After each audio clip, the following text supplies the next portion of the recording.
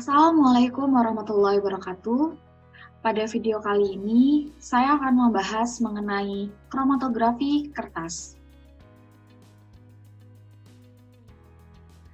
Di akhir abad 19 dan awal abad 20, pemisahan asam amino menjadi masalah yang paling sulit diselesaikan oleh para kimiawan.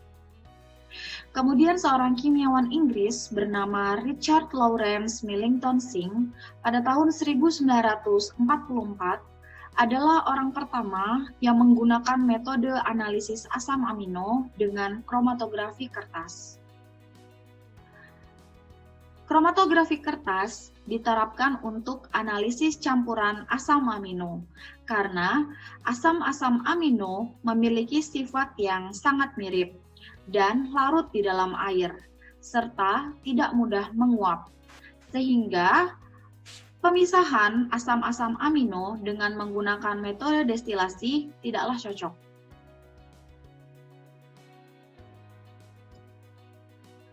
Kromatografi kertas adalah metode kromatografi cairan-cairan di mana cairan stasionernya merupakan lapisan pelarut yang terabsorpsi pada kertas. Kromatografi kertas digunakan untuk memisahkan campuran dari substansi menjadi komponen-komponennya.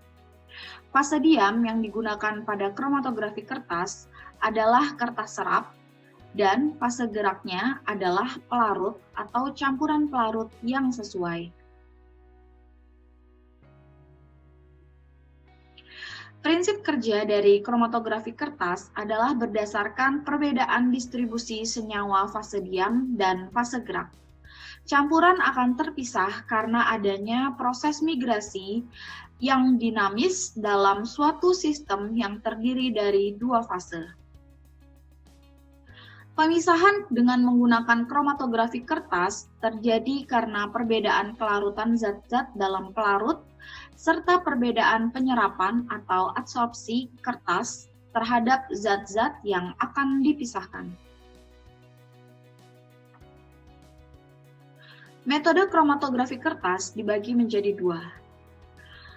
Untuk metode ascending, fase gerak bergerak ke atas karena efek kapiler. Sedangkan pada metode descending, fase gerak bergerak ke bawah dikarenakan efek kapiler yang dibantu oleh efek gravitasi sehingga rembesan berjalan lebih cepat. Jenis kromatografi kertas dibagi menjadi dua, yakni kromatografi satu arah dan kromatografi dua arah. Untuk kromatografi satu arah, merupakan teknik kromatografi yang menggunakan satu pelarut, sedangkan untuk kromatografi dua arah menggunakan dua pelarut yang berbeda melalui beberapa tahap.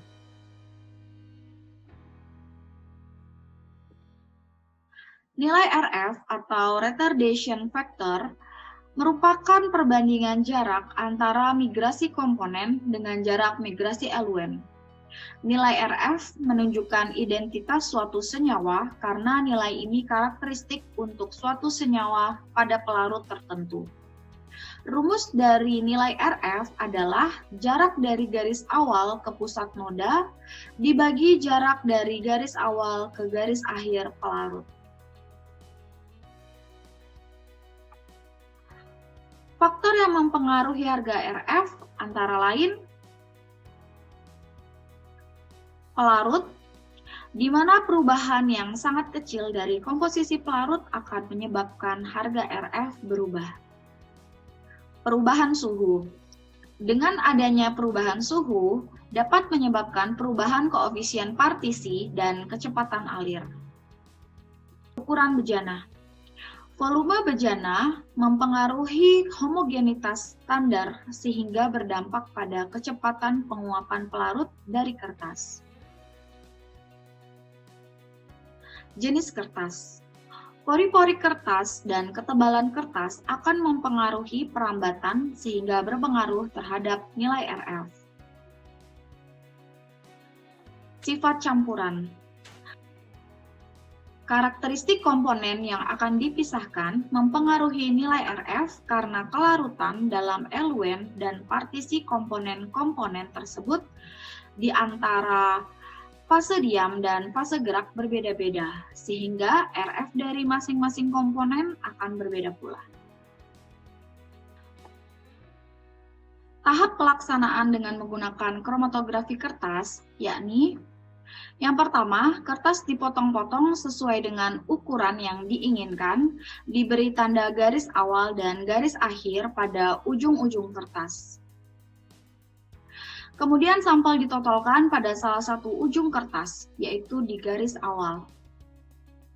Lakukan eludasi atau pengembangan dalam bejana yang telah dijenuhkan dengan menggunakan uap fase gerak. Waktu eludasi berkisar mulai dari 30 menit hingga 12 jam. Lembaran kertas kemudian diangkat, dikeringkan, dan noda ditampakkan dengan reaksi yang sesuai. Hal-hal yang perlu diperhatikan dalam penggunaan kromatografi kertas antara lain metode yang digunakan, jenis kertas, jenis pelarut, bejana kesetimbangan, pembuatan sampel, waktu eludasi atau pengembangan, deteksi, dan identifikasi. Kelebihan dari penggunaan kromatografi kertas antara lain dapat diperoleh hasil yang baik meskipun dengan peralatan dan materi yang sederhana. Senyawa yang terpisah dapat dideteksi pada kertas dan kemudian diidentifikasi. Sedangkan beberapa kekurangan dari kromatografi kertas antara lain banyaknya permasalahan menyangkut cara pemasukan fase gerak, perambatan fase gerak, dan kemungkinan terjadinya penggumpalan. Membutuhkan waktu yang lama dalam proses pemisahannya, serta keterbatasan parameter senyawa yang diuji. Penggunaan kromatografi kertas dapat dilakukan di bidang klinik dan biokimia untuk pemisahan asam-asam amino dan peptida. Selain itu, kromatografi kertas juga dapat digunakan untuk pengujian urin dan cairan lainnya. Pada bidang analitik dan umum, kromatografi kertas juga dapat dipakai untuk analisis polimer, deteksi logam dan tanah, deteksi senyawa fenolat dan ekstrak tanaman, pemisahan alkaloida dan flavonoid, pemisahan senyawa-senyawa yang mengandung radioisotop, serta penemuan senyawa-senyawa dalam tanaman. Demikianlah materi tentang kromatografi kertas pada video kali ini. Terima kasih telah menonton dan semoga bermanfaat. Wassalamualaikum warahmatullahi wabarakatuh.